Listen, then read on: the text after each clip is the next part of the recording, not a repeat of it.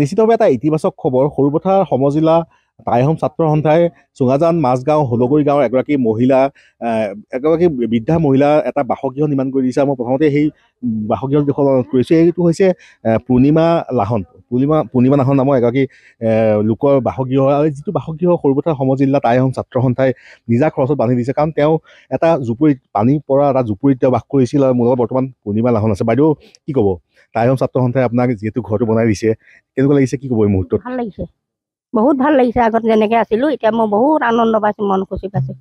তোমালোকেও যে এনেকৈ ক'ৰবাত এনেকুৱা পালে মানুহ সহায় সুযোগ কৰিবা, হয় নহয়? তেতিয়া মানে বহুতকণ মানে হেৰি পাবা, আশীৰ্বাদ পাবা। আপোনাৰ ঘৰত কোন কোন আছে? মোৰ ঘৰত ল'ৰা আছে, ল'ৰাই বিয়া পাতিলে, আৰু মই আৰু ল'ৰা বোৱাৰী আছে যেনিবা, নাতি এটা বোৱাৰী আছে। তাৰপিছত ল'ৰা বেলেগ হৈ আছে, ময়ো মানে এনেকৈ আছোঁ অকলেই। আৰু আপুনি অকলশৰীয়াকৈ থাকে? অকলশৰীয়াকৈ থাকোঁ আৰু মই। নিশ্চিতভাৱে এইগৰাকী আইতাই অকলশৰীয়াকৈ থাকে, আৰু এওঁ বাসগৃহটোৱে সৰুপথাৰ সমজিলা টাই আহোম ছাত্ৰ সন্থাই নিৰ্মাণ কৰিছে। যিহেতু তেওঁ এটা উৰুষা বজাত বাস কৰিছিল, পানী পৰা এটা ঘৰত বাস কৰিছিল। যিহেতু বৰ্তমান বাৰিষা ছিজন চলি আছে, বাৰিষা কাল চলি আছে, তেওঁ ঘৰটো পানী পৰিছিল। কিন্তু সৰুপথাৰ সমজিলা টাই আহোম ছাত্ৰ সন্থাই এই মাইকীমানুহগৰাকীক এটা বাসগৃহ বনাই দিছে। মই সৰুপথাৰ টাই আহোম ছাত্ৰ সন্থাৰ বিষয়ে মোৰ লগত আছে। কি ক'বা, এটা মহৎ কাম তোমালোকে কৰিছা, এগৰাকী মহিলা থাকিবলৈ এটা ঘৰ বনাই দিছা, কি ক'বা এই মুহূৰ্তত?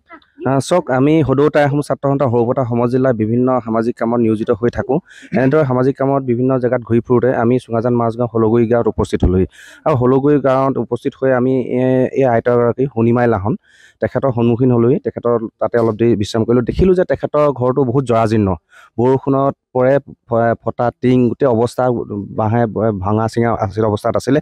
আমি দেখিলোঁ তেখেতৰ অৱস্থাটো বুজপৰ ল'লোঁ যে তেখেতে কেনেকৈ থাকে, কি কৰে। দেখি অনুভৱ কৰিলোঁ, অলপ দুখো অনুভৱ কৰিলোঁ। যিহেতু অকলশৰীয়া এজনী মাইকী মানুহ, তেওঁ আইতা তেখেত কিমান কষ্টত আছে, তেখেত থাকিবলৈ অৱস্থাটো বহুত জৰাজীৰ্ণ অৱস্থাত আছিল। তেতিয়া আমি সকলো বিষয়ভাৱে আলোচনা কৰিলোঁ যে আমি এই আইতাগৰাকীক আমি গৃহ এটি নিৰ্মাণ কৰি দিব পাৰোঁ নেকি। আৰু তেখেতৰ লগত সেই মমান্তত আমি আলোচনা কৰিলোঁ। তেখেতক ক'লোঁ যে আমি এভাগী গৃহ বনাই দিব বিচাৰিছোঁ, আপোনাৰ কিবা আপত্তি আছে নেকি? তেখেতে ক'লে নাই, একো আপত্তি নাই। সেয়েহে আমি তেখেতক যিমানটো আমাৰ সৰুপথাৰ সমজিলা আটাচু সমজিলা সমিতিৰ ফালৰ পৰা যিমানটো পাৰোঁ, আমি তেখেতক আজি এটা ঘৰ উপহাৰ হিচাপে আমি তেওঁৰ পৰা আশীৰ্বাদ ল'বলৈ চেষ্টা কৰিছোঁ। আৰু আমি আজি তেখেতক এটি গৃহ বনাই দিবলৈ আজি সমৰ্থ হ'লোঁ। নিশ্চিতভাৱে মই পুনৰ কেমেৰাখন সেই দৃশ্য দেখুৱাব কৈছোঁ। এইটো হৈছে এই বাসগৃহটো। আৰু টাই আহোম ছাত্ৰ সন্থা সৰুপথাৰ সমজিলাই কেৱল আনন্দতে সীমাবদ্ধ নাথাকি এই ধৰণে সামাজিক দায়বদ্ধতাৰ পৰিচয় দিছে। এগৰাকী আইতা যাৰ থাকিবলৈ এটা ঘৰ নাছিল, তেওঁ এটা ঘৰ বনাই দিছে। নিশ্চিতভাৱে এই কথা সমগ্ৰ সৰুপথাৰ অঞ্চলতে বিশেষভাৱে প্ৰতিগৰাকীকে শলাগ লৈছে। মোৰ লগত আৰু আছে টাই আহোম ছাত্ৰ সন্থাৰ বিষয়ববীয়া হ'ল, যিহেতু কেৱল আন্দোলনৰ মাজে সীমাবদ্ধ থকা নাই। তোমালোকে দেখিছোঁ যে এই ধৰণে যিসকল লোক আছে তেওঁলোকক সহায় কৰিবলৈ আগবাঢ়ি আহিছে। কি ক'বা এই মুহূৰ্তত?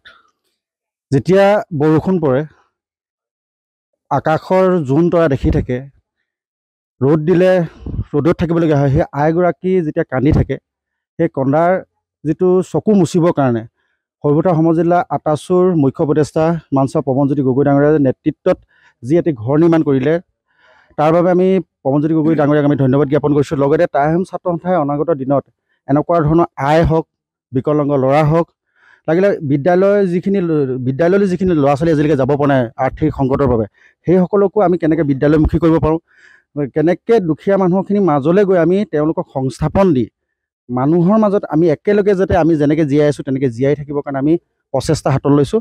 অনাগত দিনত আৰু আমি বহুত কাম কৰিবলৈ প্ৰচেষ্টা লৈ আছোঁ। আজি এই আইগৰাকীক ঘৰটো বনাই দিয়াত বহুত অতিকে আনন্দিত হৈছোঁ। আইগৰাকী কুশলে থাকক, আইগৰাকী ভালে থাকক, আই সমান হ'ব কোন, নৈ সমান ব'ব কোন।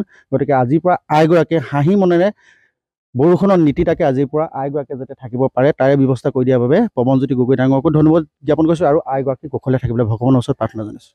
নিশ্চিতভাৱে আমিও টাই আহোম ছাত্ৰ সন্থাৰ এই সুন্দৰ পদক্ষেপক আমি শলাগ লৈছোঁ। আৰু আশা কৰিছোঁ যে টাই আহোম ছাত্ৰ সন্থাই এই ধৰণে যিসকল সৰুপথাৰ সমজিলা যিসকল নিচলা দৰিদ্ৰ লোকসকল আছে, তেওঁলোককে চিন্তা কৰিব, প্ৰতিপদতে তেওঁলোকক চিন্তা কৰিব, আৰু যাক প্ৰয়োজন হয়, যেনেকৈ প্ৰয়োজন হয় তেওঁলোকৰ কাষত থিয় হ'ব।